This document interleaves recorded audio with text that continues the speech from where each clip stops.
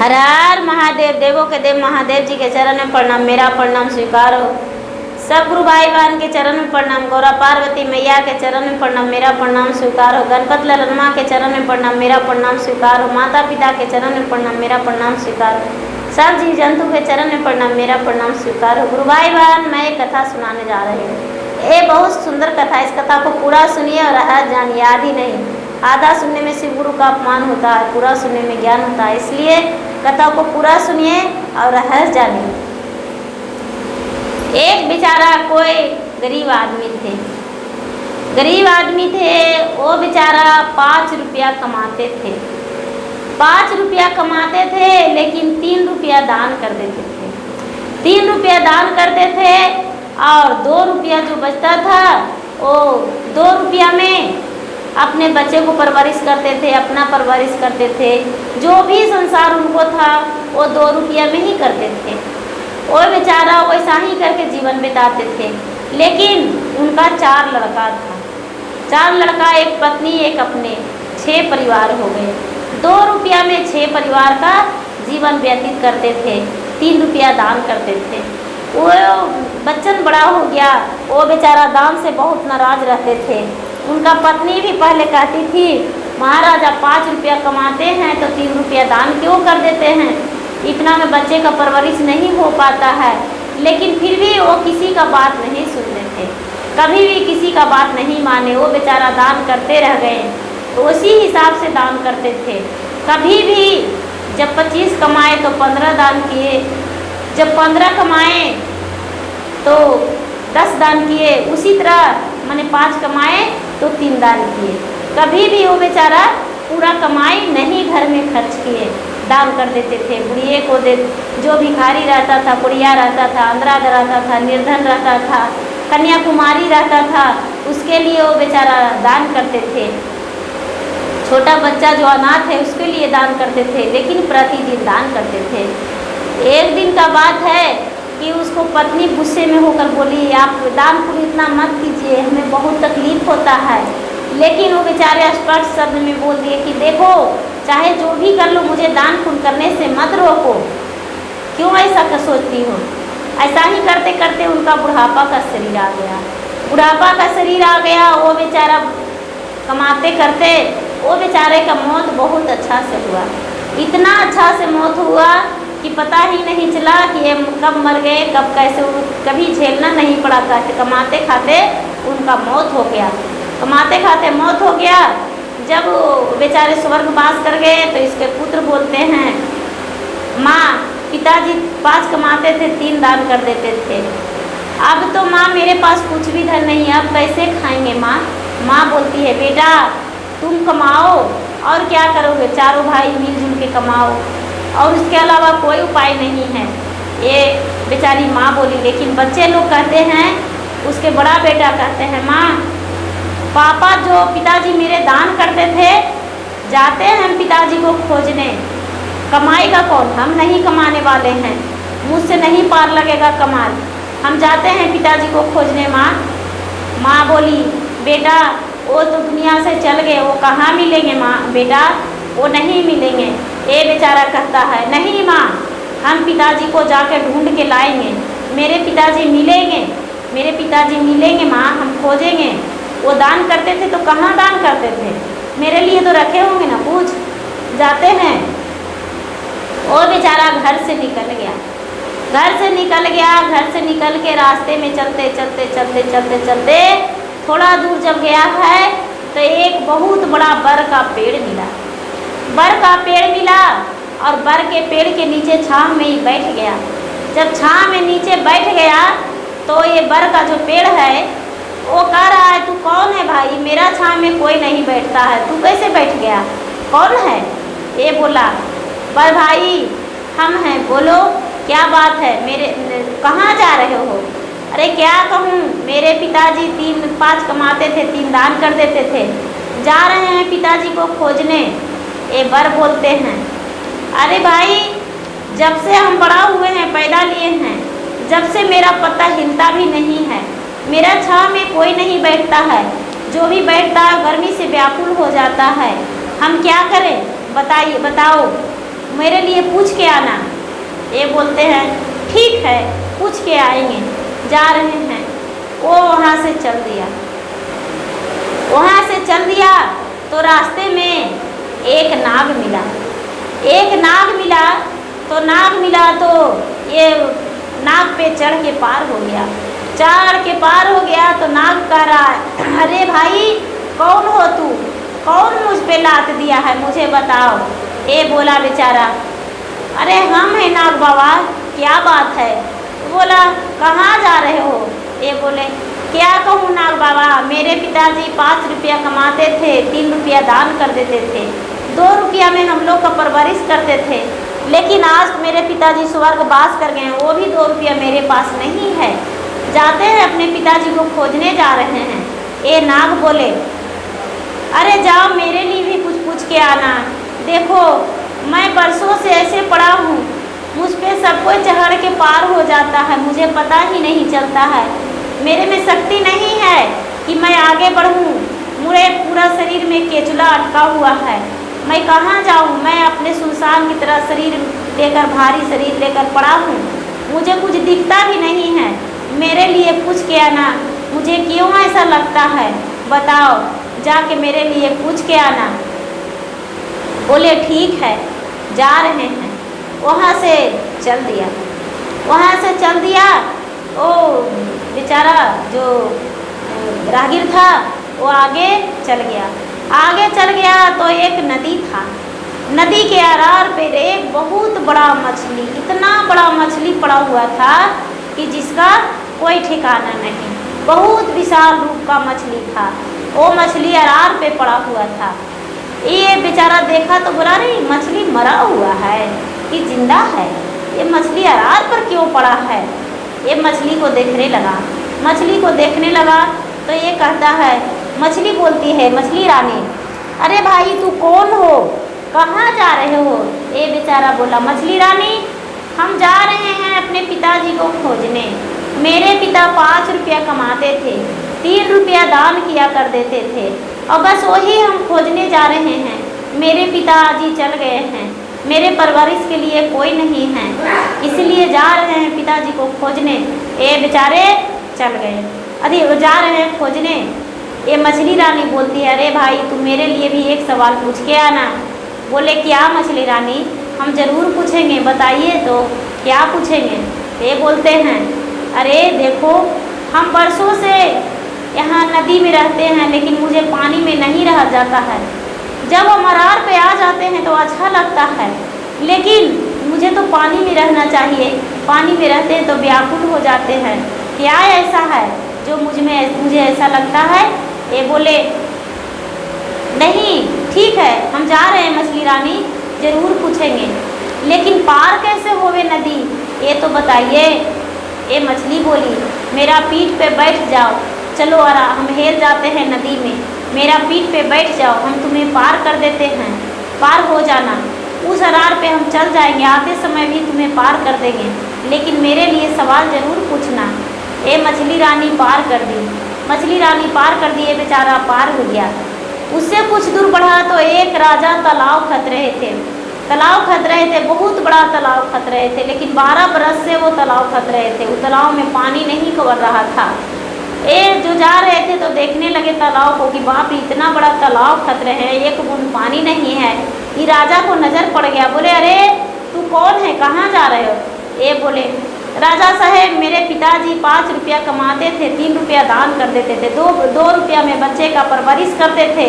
हम अपने पिताजी को ढूंढने जा रहे हैं, मेरे परवरिश करने वाले कोई नहीं है, इसलिए जा रहे हैं, पिताजी को ढूंढ के लाएंगे, मेरा परवरिश कौन करेगा। जब हम 4 भाई हैं, एक माँ है, माँ मेरी बुढ़िया है, हम 4 भाई हैं, कोई नहीं कुछ करते हैं, अपने पिताजी को जाएंगे ढूंढ के लाएंगे, पिताजी हमको परवरिश करेंगे। ये बोले अच्छा तो मेरे लिए भी एक सवाल पूछ के आना। ये बोले आपके लिए एक सवाल पूछ के आएंगे, ठीक है क्या। बोले कि देखो हम 12 बरस से एक तालाब खत रहे हैं, पानी नहीं कवर रहा है, क्या है जो पानी नहीं कवर रहा है। ये बोले ठीक है हम जाके पूछ लेंगे। उससे आगे बढ़े तो एक बुढ़िया थी। वो बेचारी गुड़िया रट रही थी। गुड़िया रट रही थी, बोली कौन है बेटा, कौन है बेटा, कौन जा रहा है बेटा। ये बेचारा बोला हम हैं मामा, हम हैं। कहाँ जा रहे हो बेटा। क्या कहूँ मामा, मेरे लिए मेरे पिताजी तो थे, 5 रुपया कमाते थे, 3 दान कर देते थे, 2 रुपया बचा के सब अपने बच्चों को परवरिश करते थे। अब मेरे पिताजी स्वर्ग को वास कर गए हैं, जा रहे हैं पिताजी को खोजने। मेरे पिताजी नहीं है, मेरा परवरिश कौन करेंगे मामा, हम जा रहे हैं अपने पिताजी को खोजने। ए बुढ़िया बोली देखो बेटा, ना हम मर ही रहे हैं, ना हम जी ही रहे हैं, ना मेरा उठने का पाया कर्म है बेटा, ना मुझे चलल जाता है। क्या करूं, मेरे पास कोई उपाय नहीं है, क्या करूं बेटा, चल भी नहीं पा रहे हैं, कैसे हम अरे जिए। हम जी भी सकते थे तो चल सकते थे, तब तो जी सकते थे, न मौते आ रहा है न जियले जा रहा है। मेरे लिए भगवान से पूछ लेना बेटा। बोले ठीक है, पूछ लेंगे मामा, पूछ लेंगे। बोले ठीक, जाओ बेटा। ये गए बेचारा, चलते चलते चलते चलते स्वर्ग को पहुँच गए। पहुँच गए तो जैसा ही पहुँचे, जैसा ही इनको ब्रह्मा जी मिल गए। ब्रह्मा जी मिल गए, शंकर भगवान मिल गए। शंकर भगवान मिले, बोले अरे तू कौन है।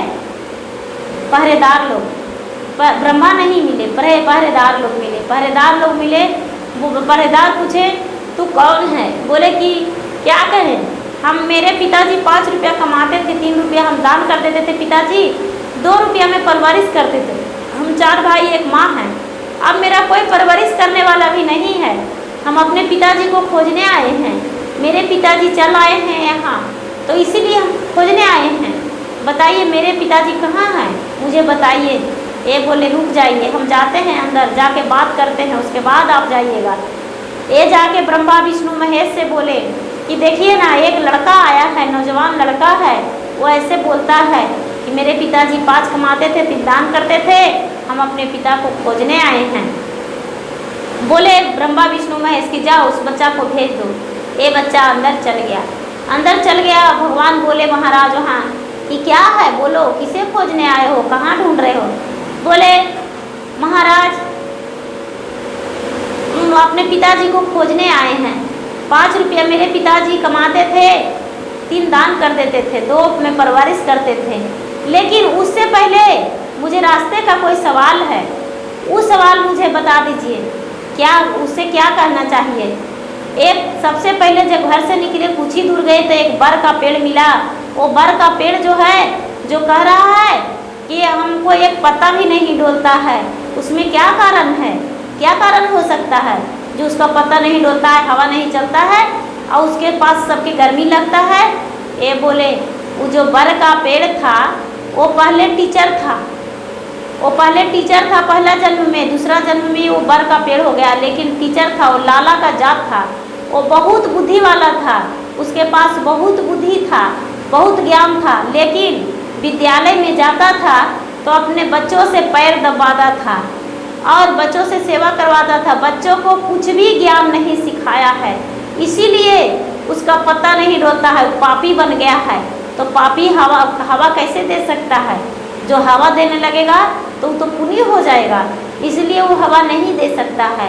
ये बोले ठीक है।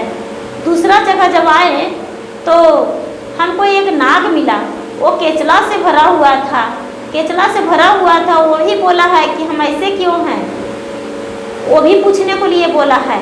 ये बोले केचला से जो भरा हुआ है उसके पास एक मणि है, मणि है, वो जब तक मणि अपना उगलेगा नहीं, जब तक केचला नहीं निकलेगा, उसका शरीर में गर्मी है मणि के कारण, मणि के कारण जो गर्मी है तो गर्मी पड़ल रहेगा तो कहाँ केचला निकल पाएगा, जब तक मणि उगलेगा नहीं, किसी को देगा नहीं, जब तक वो कंचन नहीं होएगा, वैसा ही रहेगा, विस्तार रूप में पड़ल रहेगा। बोले ठीक है। तीसरा में एक मछली थी, एक मछली थी, वो बोली कि हम पड़े हुए रहते हैं, मुझे पानी में नहीं रह पार लगता है, और बेचारी नदी के अरार पे पड़ी हुई रहती है, वही मुझे नदी पार की है, बताइए उसको क्या है। वो भी बोली है मुझे, मेरे लिए कुछ क्या ना। शंकर भगवान बोले उसके पास अमृत है, कंठ में अमृत है, वो अमृत किसी को दे देगी तो बेचारी बिना अमृत के हो जाएगी, तो पानी में रह जाएगी। वो बोली अमृत देगी कैसे? वो बोली कह रहे किसी में मुंह लगड़ देगा ना तो उसका अमृत उसमें चल जाएगा। बोले ठीक है। वहाँ से चले तो एक राजा था, एक राजा तालाब खत रहा था महाराज। वो बोलता है मेरे तालाब में 12 बरस से पानी नहीं आया है, तो पानी कैसे उसको कबड़ेगा, क्यों नहीं कबड़ रहा है? ये बोले भगवान, अरे राजा के पास एक कन्या कुमारी है, वर्षों से कन्या कुमारी है, उस राजा को ने कन्या को विवाह नहीं करेगा तो उसका पानी नहीं कबड़ेगा। वो जब पवित्र करेगा अपने जगह, उसका कन्या का विवाह हो जाएगा, जागदान करेगा, तभी उसका पानी कबड़ेगा। ये बोले अच्छा ऐसा, तो ठीक है। बाबा वहाँ से चले थे। एक बूढ़ी मामा थी, वो बेचारी भिखारी थी, वो तड़प रही थी, उसको देख के माया लगा। वो भी बोली है कि मेरे लिए पूछ के आना। वो नहीं, हम मर ही रहे हैं, नहीं जी ही रहे हैं, क्या हुआ है? तो बोले कि अरे उसके पास बहुत सोना चांदी धन है, वो झोला में जो लेके बैठी है, वो झोला जब तक नहीं छोड़ेगी, जब तक उसका मौत नहीं आएगा। उस संपत्ति में उसका जीवन है। वो जो संपत्ति है वो दान करेगी किसी को, तभी उसके पास सब कुछ होगा, मौत आएगा, नहीं तो नहीं आएगा। देखना वो 2 झोला लेके बैठी है, लेकिन वो 2 झोला में सबसे चोरी चमारी करके, दान मांग चांग करके, और दोनों झोला में रख ले है सब कुछ, और वही झोला में उसको प्राण अटका हुआ है। किसी को दान कर देगा झोला, वो अपना धन संपत्ति, तब उसका प्राण टूट जाएगा, और नहीं तो रिकटते रहेगी। बोले कि ठीक है। अब इतना सुना तो ये बेचारा ये भी भूल गया कि हम पिताजी को लेने आए हैं। कह रहा है कि तो भगवान अब क्या करूं? तो जाओ, तुम्हारे पिता तुम्हारा घर चल गया है, जाओ, तुम्हारा जो भी पिता दान किया था वो भी तुम्हारा सब घर चल गया, जाओ, चले जाओ घूर के। ये बेचारा वहाँ से चल दिया। वहाँ से चल दिया और रास्ते में सबसे पहले बुढ़िया मिली।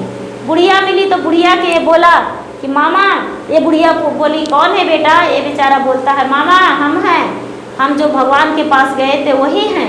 बोले बेटा मेरे लिए पूछा? तो हाँ हाँ मामा पूछें, आपके पास बहुत सारा धन है, हीरा मोती सोना चांदी, आप चोरी करके या इधर उधर से लूट लपेट के मांग चांग के रखे हैं, उसमें आपको प्राण अटका हुआ है, क्या करेंगे? जब तक किसी को दान नहीं करेंगे, जब तक आपका प्राण नहीं टूटेगा। ये बुढ़िया बोली बेटा कौन मिलेगा, ले जाओ बेटा, तू ही धन मेरा ले जाओ, कम से कम मेरा प्राण तो टूट जाएगा बेटा।